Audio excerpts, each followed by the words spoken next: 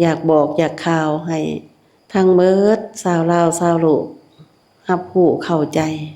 ถึงผู้รู้ได้เกิดขึ้นมาแล้วเกิดขึ้นมาแล้วในหัวใจผู้หญิงสิ่งประเสริฐสุดสิ่งสูงสุดเกินว่าข่าวดีข่าวประเสริฐข่าวเลิศยิ่งหาอันเปรียบบ่มี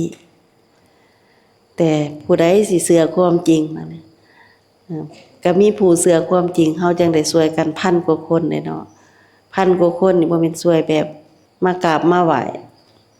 ช่วยแบบปรับระบบให้เห็นได้ชัดเจนว่าได้ระบบใหม่โดยธรรมศาสตร์ผู้ช่วยผู้เป็นทางกายนี่เอาหยังประกอบเนาะ1บุญเก่ากุศลเก่าบารมีเก่า2บุญใหม่กุศลใหม่บารมีใหม่3พลังเจ้าของ4ญาณใหม่เจ้าของผู้แจ้งขึ้น5ญาณเก่า6พระธรรมศาสตร์ผู้เจ้าของ7อาศัยธรรมศาสตร์ทั้งหลายช่วยให้ผู้ให้แจ้งขึ้นให้สว่างขึ้นให้รุดให้พ้นช่วยได้แท้ช่วยได้จริงข้ามทวีปก็ช่วยได้อย่างที่เฮาได้ทดสอบทดลองกันวันที่10เดือน8 2026ได้ส่งญาณผู้แจ้งไปกล่าวเว้าเพราะว่าแต่ก่อนเฮาบ่กล้าเว้าเฮาบ่มีหลักฐานเฮาบ่มีการยืนยันถึงเฮาสิฮู้สิแจ้งเฮาก็บ่กล้าเว้าเนาะเดี๋ยวนี้กล้าเว้าผู้ใดสิควรบ่ลูกก็ขอให้พิจารณาเนาะเพราะว่าหลายรัฐก็ได้รับผลแต่มีผู้ตกค้างเพราะว่าบ่ทันรู้จักลมหายใจเข้าออกบ่ดึงกันมาเนาะแต่ว่ามี20กว่าคนได้รับผลก็ยืนยันแม่สมศรีวราชวงศ์อยู่รัฐมินนิโซตาขน้อยขอยืนยันผลที่ได้รับจากความโปรดเมตตาจากแม่ผู้รู้เนาะในวันที่9เดือน8ขน้อยจะขอเว้าอันก่อนที่ว่าได้รับความเมตตาหน่อยหนึ่งแล้วก็ตั้งความเมตตาเนาะก่อนได้รับความเมตตานะขน้อยมีอาการผมปากนี่จนอยู่ก็บ่อยากได้ผมจนส่องหาน้ำหาหยักมาดื่มเนาะนี่ก็ดีเนาะวันนี้ก็เลยเริ่มพิธีหลังจากลั่นในหน้าเอิกนี่เนาะลั่นแบบว่าคือว่าอนุญาตเนาะความบ่สุภาพเนาะจากเรื่องจากหยังของทั้งหลุมทั้งเทิงจังซี่นะก็นอนก็คือว่าลมเนาะหรือว่าเจ็บคอเขานอนก็พยายามติ้งหน่อยนึงแล้วก็เอื้อมกันหน่อยนึงแล้วก็ดีก็ออกลมออกนึงโดยอาการที่ว่าคมปากนะเขาน้อยจนบ่จื้อว่ามันหายยามใดโอ้เมื่อนั้นเนาะอันเขาน้อยก็ตอบคำถามเนาะอันภาพเป็นถามเราก็คิดบ่ออกว่าเป็นหยังจะมีแต่อยากเงียบแต่บ่ออกว่าเป็นจังไดจังอยากเงียบขึ้นมาแต่หัวใจว่าบ่ออกซะว่ามีความสุขเนาะโดยความสุขขึ้นมาน่ะอยู่ๆก็ปึ้มขึ้นมาแต่หัวใจขึ้นมาเขาเราก็บ่ฮู้ว่ามันสิโซมาทางหน้าหรือบ่เนาะนี่โดยอันนี้สิ่งที่ได้รับเนาะเรื่องระบบหายใจนี่ก็เบาอย่างบ่ได้ที่ว่าอันบังคับว่าอยากตามลมหายใจแล้วเฮาจะหันใจเลิกอันนี้มันจะเบาจนว่าเงียบๆไปเลยพุ่นน่ะอันนี้การหายใจเนาะนี่ก็น้อยฮะหัวใจก็แบบเงียบจักสิว่าจังไดเนาะแบบคือเงียบไปเลยแต่มีความสุขลึกๆในใจขึ้นมาแบบนี้บ่โดยที่แม่บอกว่าแม่อยู่ดีๆก็อยากยิ้มมีแต่อยากยิ้มเนาะอยากยิ้มอยากมันปึ้มขึ้นมานะความอยากยิ้มให้ลางเทื่อจนว่าน้ำตาอยากซึมเลยแล้วมาฮอดตอนนี้แม่สมศรีได้อันใดเพิ่มขึ้นมาเติมแดนับตั้งแต่รับความเมตตาแล้วเนาะก็ตื่นมาเป็นวันจันทร์มีอาการแนวใหม่ได้เกิดขึ้นแบบนี้ฮะมีอาการเบาตอนนั่งอยู่แต่เฮาลุกขึ้นเนาะเบาย่างก็คือว่าขออนุญาตเนาะคือว่ามันไกวไปเองนะตีนเฮามันสายขวาไปเองนะในความรู้สึกนะขวามอนถือว่าในเมื่อก่อนนี่บ่ได้แบบนี้แต่หลังจากได้รับความเมตตาแล้วเวลาสิย่างซ้ายย่างขวาก็คือรู้สึกตามเลยแต่ก่อนบอกว่าได้ขึ้นขั้นใดนี่บ่เคยจะเถื่อว่า1 2 3แต่ละขั้นไปเลยขึ้นไปยืนไว้ ขึ้นไปต่อยืนไว้เพื่อนคนน้อยเพราะเขาได้สูงบ่เคยนั่นจักเถื่อลงแตะเตียงอีกเนาะบัดนี้ลงแตะเตียงก็ต้องได้อื่นสำกับว่าเทียบเสียงเงินดนตรีเนาะก็ดีจะคอยไปนอนตื่นมายามมื้อเช้าเนาะลงแต่เตียงไปเข้าห้องน้ำเอาเนี่ยก็เบ้าอย่างบ่หยุดเลยนะไปเองคือว่า โดย เอาพี่ในหารคือสำหรับกระหน่อยค่ะยิ้มอยู่ตลอดความปลื้มปิติขนาดปลื้มปิติคือว่าโอ้ยได้ชีวิตใหม่แท้ๆจริงๆอันนี้ค่ะใจดีอารมณ์ดีเพื่อแห้งก็คือดัดจริตเอานี่ หลายแนวอีกที่ว่ามีการเปลี่ยนแปลง แต่ละมื้อหลังจากเพิ่นให้พักผ่อนมาเนาะหลังจากติดตามอาการของเฮาเมื่อนี้มีอาการแนวนี้พอแต่ว่าเฮารู้สึกว่าโอ้มันปั่นป่วนในท้องบ่ในหยังบ่แล้วก็หลังจากนั้นมันเบาขน้อยจนว่าห้วยในท้องเฮานี่คือบ่ได้ถอกท้องถ่ายท้องหยังแต่ว่ามันเบาคือว่าสิบ่จอยบ่ในท้องนี่คือว่ามันเลี้ยวเบิ่งก็ยังเห็นอยู่ โด ใน ย ความรู้สึกเบาในท้องข้างในค่ะมือเฮานี่นะแต่ก่อนขน้อยโอ้ยรับประทานอาหารก็จนใส่เบิ่งซ้ายเนาะแล้วก็ดีมันก็มีปัญหาหลายปีแล้วเนาะแล้วก็ดีมือมึนแล้วก็ปวดคัด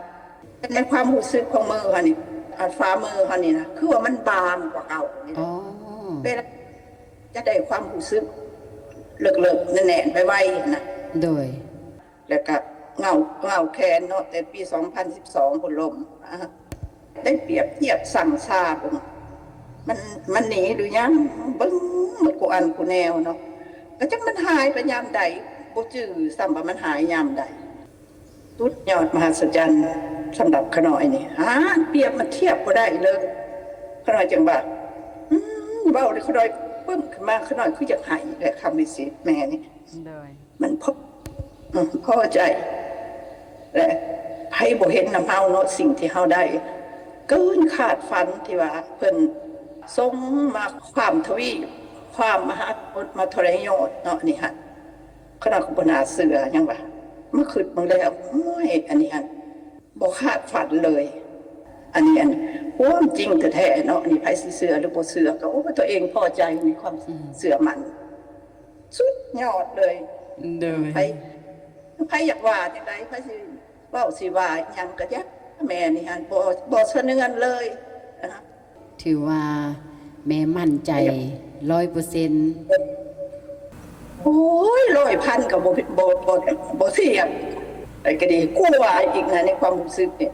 พันพุ่นแหละนะยังยืนได้แค่นี้ค่ะในศาสตร์นี้นะบ่ขอเอาหยังอีกขอเทิดทูนแต่แม่ผู้ฮู้แม่เมตตาให้ความเมตตาเศร้าโลกแท้ๆนี่ค่ะทุกจริงทุกอย่างก็หายก็เศร้าความทุกข์ในจิตในใจห่างกายก็ดีเพราะยังยืนเลยอันนี้ค่ะมีแต่ว่าอ่านผู้ใดบ่เชื่อนะผู้ใดบ่อยากฟังผู้ใดบ่อยากเชื่อนะขออย่าเว้าโลเลให้ผู้มีศรัทธาและผู้คนให้ความเมตตาอันนี้ฮ้องขอเนาะหมู่ครูลูกหลานพี่น้องทั้งหลาย ได้ก็ได้ทดสอบทดลองจากศูนย์ปฏิบัติธรรมรัก38ส่งไปกรุงเทพเนาะแต่ชาวต่างชาติสามีคุณอลิสาฟูอลิสาก็เห็นผลก็ได้รับผลในแม่พาอยู่ตากฟ้าตอนอยู่สถานธรรมตาภูหูตำบลภูนกยุงอำเภอตากฟ้าจังหวัดนครสวรรค์ประเทศไทยแม่พาก็ลองส่งเพื่อเป็นการพิสูจน์ส่งมาถึงพระพุทธสวัสดิ์คนหนึ่งแต่พระพุทธสวัสดิ์ได้พ้นสาถามตอนทันทีทันใดนี่คือบ่แตกต่างหลายว่าพอพระพุทธสวัสดิ์ไปนอนข้ามชั่วโมงไปตื่นขึ้นมาแล้วจึงเห็นความแตกต่าง แต่สำหรับทานวิไสสีสมหวัง6 นาทีจบปึ๊บเนาะคนเดียวมันก็ไว้เด้เนาะให้หายใจเข้าออก100 เทื่อความแตกต่างนี่เริ่มว่าหายแล้วก็แตกต่างขึ้นแล้วก็สมองปวดบงคืออันใดมันออกจากต้นโตไปเนาะโล่งอกโล่งใจเบากายเบาใจและลมหายใจโล่งสมองปวดโปร่งขึ้นความเย็นขึ้นหมดมันบ่แม่นว่าเป็นนั่งสมาธิเข้าฌานเย็นนี่เป็นธรรมชาติเนาะและหัวใจลมหายใจสมองได้รับผลจนหาก็มาหาบรอบที่2มื้อก่อนๆนี่ อันนี้ก็ได้ทดสอบทดลองเลยเนาะแต่ว่ายังบ่ไกลดอกประเทศไทยประเทศลาวนี่บ่ไกลแต่แม่พานี่เงืดง้อเรื่องสหรัฐอเมริกาเนาะได้รับผลคือกันโอ้ตัวนี้เป็นเรื่องน่าเงืดน่าเงาะจังกล้ายืนยันจังกล้าเว้าว่าประเทศลาวมีสิ่งดีเลิศประเสริฐยิ่งเกิดขึ้นแล้วอยู่ในกายในใจในหัวใจผู้หญิงเนาะเป็นสิ่งประเสริฐสุดผู้ฮู้ได้เกิดขึ้นมาแล้วช่วยกันได้แล้วข้ามทวีปก็ได้เฮ็ดแนวใดบัดนี้ไผสิเชื่อความจริงอันนี้อยากบอกอยากข่าวถึงนักวิชาการนักวิจัยนักค้นคว้าให้มาพิสูจน์เพราะว่าเฮาบ่ได้มีเรื่องอันอื่นมาง่ายๆมาสบายเงินเฮาก็บ่ได้เก็บได้มีที่พักที่นอนให้มีที่กินที่อยู่พอได้อยู่ได้เนาะบ่ได้เก็บเงินบ่ได้ใช้จ่ายเงินแล้วอาหารการกินเฮาก็มีตามศูนย์ที่พักที่เช่าก็พอมีถ้าว่าเพิ่นแขกต่างไกลไทยต่างบ้านห้องแอร์ก็มีให้เนาะโอ้แม่นมีของศูนย์มีของข้างเฮือนทาญาติเนาะก็จัดให้อยากให้เรื่องนี้หั่นน่ะไปทั่วถึงเพราะว่าวิธีการช่วยเฮามันมีหลายแบบเนาะบ่แม่นว่าต้องมาถึงศูนย์ปฏิบัติธรรมจึงช่วยได้อะนะอยู่สหรัฐอเมริกาก็ได้มันเป็นเรื่องดีที่สุดเด็กเป็นเรื่องที่คนเฮาได้เกิดมาในยุคนี้สมัยนี้เนาะอันนี้บ่ได้เว้าเรื่องเพิ่นมาเป็นเรื่องเฮาเว้าเรื่องว่าถ้าเฮาเห็นวิทยาศาสตร์เก่งเฮาก็เห็นแต่ว่าวิทยาศาสตร์เก่งวิทยาศาสตร์เก่งสร้างยานอวกาศไปตั้งสถานีอวกาศหรือทุกสิ่งทุกอย่างให้เฮาทันสมัยให้เฮาเห็นได้ก็เป็นเรื่องเก่งของวิทยาศาสตร์สิ่งประเสริฐเลิศยิ่งสูงสุดอยู่ในประเทศลาวนี่เป็นสิ่งที่ล้ำค่าเฮาเห็นผลแตกต่างขึ้นทันทีทันใดในเวลาที่เฮาได้ขอความนอบน้อมขอความเมตตาเฮามาน้อมรับปึ๊บสิ่งสูงสุดที่เฮาทุกคนทุกชีวิตต้องการลมหายใจลงวิทยาศาสตร์ได้สิบ่ต้องการชัดเจนอยู่ว่าเฮาสามารถเกิดมาโดยธรรมชาติให้มาเฮามีสิ่งที่เป็นธรรมชาติช่วยปรับเรื่องลมหายใจให้โรงเรียนให้ลมหายใจเฮาสะดวกสบายขึ้นนี่ความหายถูกของเฮาให้สมองเฮาโปร่งโปร่งเจ็บปวดหรือมีทึบหนักทับเต็งเบาลงให้ความคิดเฮาถูกถอนปรับจัดสรรใหม่กวาดล้างออกให้สูงสุดแหละตัวนี้และให้หัวใจของเฮามีความแตกต่างคลายทุกข์เป็นสุขถอนความทุกข์กวาดล้างความทุกข์จนหัวใจของเฮานี่นิ่งเงียบบ่ทุกข์คือเก่าสบายเห็นหัวใจแตกต่างเห็นว่าใจเก่ากับใจใหม่ต่างกันบ่เลือกใจเก่าแล้วก็เห็นผลแต่ละผลงอกงามขึ้นสิ่งที่วิทยาศาสตร์กวดบ่ได้ก็คือสิ่งเบียดเบียนขอบงำติดปีทรงอำนาจพาธรรมศาสตร์ถูกกวาดล้างออกให้เฮาคืออย่างที่แม่ๆทั้งหลายบางคนผีเข้ามาอยู่ใน36ปีน่ะไปเอาออกอยู่บนใดก็บ่ได้ไปเสียเงินหลายทีหลายบ่อนผีก็บ่ออกบัดมาหาขอความเมตตาได้เราว่าเราเป็นเราเองขึ้นตอนมันออกมันก็ปึ๊บแต่เราก็เป็นเราเองโอ้ยเราว่าเราเป็นเราเองเป็นตนตัวเองบ่ถือเขาสั่งบ่ถือเขาผูกมัดแล้วว่าจังหรือว่าเป็นมึนเห็นด้วยตัวเองมามีเสียงลั่งถึกอำนาจเขาครอบงำเราเห็นว่าเราพ้นจากอำนาจครอบงำหรือว่าอยู่เมืองไทยหรืออยู่เมืองลาวเฮาก็เคยได้ช่วยกันหลายๆคนเนาะผู้ฮู้นี่ฮู้เลยว่าทุกคนมีสิ่งเบียดเบียนครอบงำน้อยหลายต่างกันเมืองลาวเฮาเก่งเรื่องช่วยกันให้หลุดให้พ้นจากความทุกข์ให้ฮู้ให้แจ้งให้พิสูจน์ได้ด้วยทุกคนเองเขามาพิสูจน์ได้นักวิทยาศาสตร์ได้ยังมาพิสูจน์ก็มาได้นักวิชาการนักค้นคว้านักพิสูจน์ประเทศลาวประเทศไทยทั่วโลกยังมาพิสูจน์เฮายินดีเฮาขอขอบพระคุณเฮาขอขอบพระคุณเฮาให้นางพิสูจน์เฮาให้มาพิสูจน์นำกันพอเฮาเลยพิสูจน์กันมาหลายพันกว่าคนพันกว่าชีวิตเฮาเห็นว่าทุกคนได้ผลได้ชีวิตใหม่ได้ระบบใหม่ก็ขอบอกขอข่าวไปบ่ต้องว่าไปก่อนเด้อชาวลาวเฮาทั้งหลายเอ้ยผู้ฮู้เกิดขึ้นมาแล้วได้แท้ได้จริงช่วยกันได้จริงบ่แม่นว่างมงวยงมง่ายเด้อ